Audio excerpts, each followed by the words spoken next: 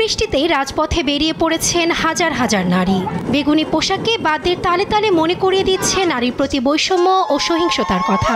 প্ল্যাকার্ডেও তুলে ধরা হয়েছে বৈষম্যের কথা। শনিবার বিশ্ব নারী দিবসকে কেন্দ্র করে স্পেনের মাদ্রিদে ছিল এমন দৃশ্য। এখনো অনেক কিছুই আমাদের বদলাতে হবে। যদিও বলা হয় সমান অধিকার আদায় হয়েছে, কিন্তু এখনো নারী নির্যাতন, হত্যা এবং সর্বত্র বৈষম্য রয়েই গেছে।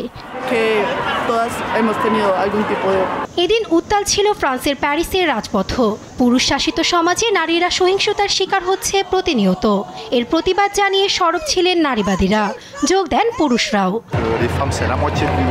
নারীরা আমাদের সমাজের একটি বড় অংশ। ফ্রান্সের নানা স্তরে আর্থিক বৈষম্য ও নির্যাতন এখনো বন্ধ হয়নি। পুরুষ হিসাবে আমাদের আরও সচেতন হতে হবে।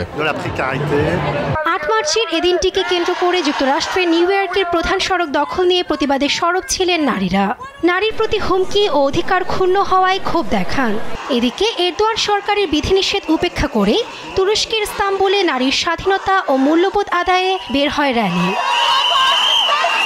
মেক্সিকো, আর্জেন্টিনা ও পেরুর শহরের রাজপথ ছিল নারীদের দখলে। গেল বছর নারী হত্যার হার 13% বাড়ার প্রতিবাদ জানান বিক্ষুব্ধরা। নারী হত্যার মাত্রা দিন দিন বেড়েই চলেছে। আপনি দেখেন, সমাজ ব্যবস্থা ধ্বংসের পথে। আমরা এখানে উল্লাস করতে আসিনি, বরং এটি আমাদের লড়াইয়ের ভাষা। ভিন্ন চিত্র দেখা যায় ব্রাজিল ও চিলিতে। ড্রাম বাজিয়ে মিছিলে একাকার হয়ে যায় সবাই। এ সময় ফিলিস্তিনের পতাকা তুলে ট্রাম্প প্রশাসনেরও সমালোচনা করেন ক্ষুব্ধ জনতা। নিউজ ডেস্ক, দেশ টিভি।